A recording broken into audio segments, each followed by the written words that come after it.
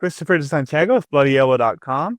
Unbeaten across his last four fights, we're talking to former Fury UFC champion and the UFC's newest signing, Alden Coria out of Texas, who is making his debut at Noche UFC. Alden, how's it going today, man? Pretty good, pretty good. Just put in my leave of absence at my job, so pretty much a city girl at this point. Awesome, man. Where do you work, if I may ask? I'm a machinist at this moment, but right now I'm putting all my eggs in one basket and going all in on this.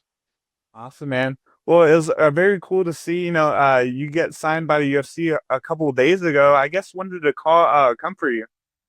Um, I would say about last week, maybe like probably Thursday. It was Thursday when I found out.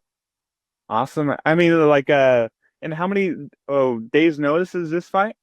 This is about 6 weeks, so Oh, it's okay. perfect. It's not too bad. This is like almost a full camp for me, so it's perfect.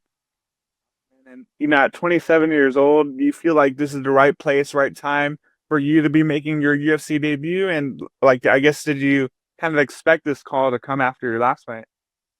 Um, Definitely, this is the right time for me. Maybe so. See, it could have been so much different if I got the call a little sooner. Maybe I would have got in and then lost a few fights and then got right back out. And that's not my plan. I'm trying to be there and then stay there. I'm trying to make a name and make a run for the title.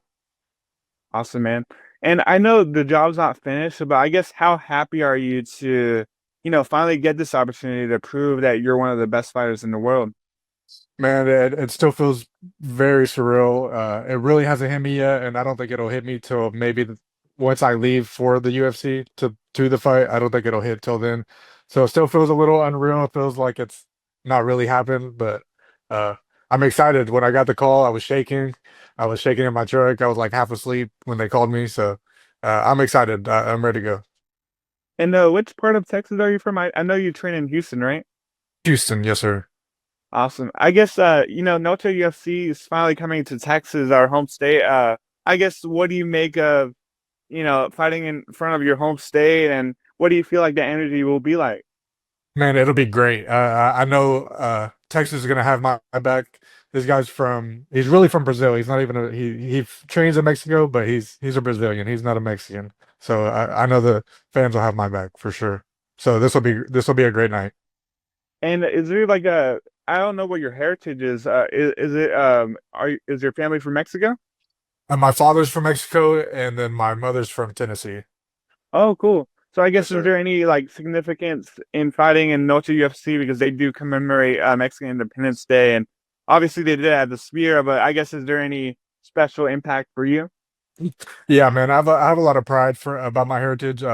Man, my dad tried so hard to get here to the US. You know, he tried 8 times getting across the border to make a better life for me and my family or to create a family. And I'm not gonna stop for anyone. This is where I need to be, and I'm gonna make a name for myself and my family and create a legacy. Awesome, man. And you trained with some killers over there in 4 ounce bike club, I believe. Joshua Van, Michael Aswell. A lot. I think Daniel Pineda is one of your coaches over there. Yes, sir. I guess who have you been training with for this fight camp? And I guess what do you make of Alessandro Costa? How do you prepare for his style?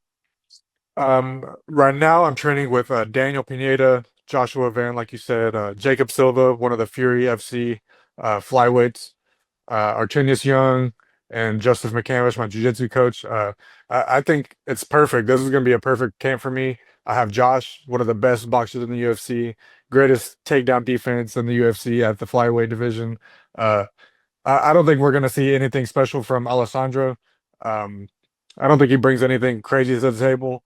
He's a brawler and then a jiu-jitsu guy. So, I'm not. I don't think he's going to want to stand with me. I think he's going to want to try to take me down. And man, I'm ready for this fight to go anywhere. The ground, striking. I'm ready for all of that. Awesome, man. Is that somebody that was on your radar for a while? And because he did fight Steve Erceg, Amir Abazi, lost to some top guys. Did you know about him before getting the call? I did not, but there was this one account, Bert MMA. I don't know his real name, but he had posted that Charez pulled from the fight because from injury. We sent that over to my coaches, and then we got on.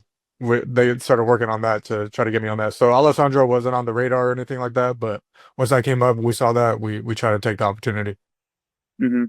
And before your UFC debut, I did want to touch up on your regional career, man. I mean, a solid record overall. I did want to talk to you about the Paris Moran fight. I mean, you come in there as a massive underdog and you get the victory. I mean, how good did it feel to get that victory, especially at Fury FC 100? Man, it felt amazing. Amazing. I had tears of joy. It was a long road, and I knew I had stamped my ticket to the UFC with that win. And man, it felt amazing. It felt like it definitely felt surreal. I slept with my belt, and then the next morning I was like, "What? There's no way I did that. There's no way that I did that." And it just felt amazing. Hmm. And I feel like that fight should have been the one to get you to the UFC. But obviously, the fans see that it's a no contest. I guess can you explain the context behind that? I was on my Nate Diaz shit. I was smoking, so maybe I shouldn't have been doing that. But you know what? Paris knows he lost that fight fair and square, and I don't know why they wanted to run that fight back because it would have happened again. And you know what? It is what it is. I won that fight fair and square. If they wanna go over technicalities, that's fine with me. But I know I won that fight. What did you make of your experience fighting on the regional scene and fighting the best guys in Texas, especially on Fury? I guess what did Fury, I guess, do for your career? Fury really took care of me. They wanted me to get to the pinnacle of the sport, which is the UFC. I felt like I kind of took the long road when I went to Legacy, did a few fights over there, went around the US up north, and then I came back to the Fury scene and that we knew what we wanted. We knew we wanted the top guys and they took care of that for me. They gave me those fights and now we're here. What have you been listening to in terms of music ahead of this fight? Anything on the soundtrack? And I guess have you begin thinking about a walkout song? Oh yeah, I've been listening to a lot of corridos, which is Mexican music, and I got a song picked out, and I don't want to spoil it yet, but you guys will hear it that day. Just want to thank you again for the time. Is there anything that I might have missed that you want to talk about, man? Man, I just want to give a big shout out to 4 Ounce Fight Club, Daniel Pineda, Artenius Young, Joseph McCamish, Josh Van, uh, and the rest of the team. Really they've really put everything into me. They believed in me since day one, since I was 13 years old. They knew. Maybe I didn't know those first 2 years of training when I first started, but they knew I'd be something special, and I really appreciate all of them over there.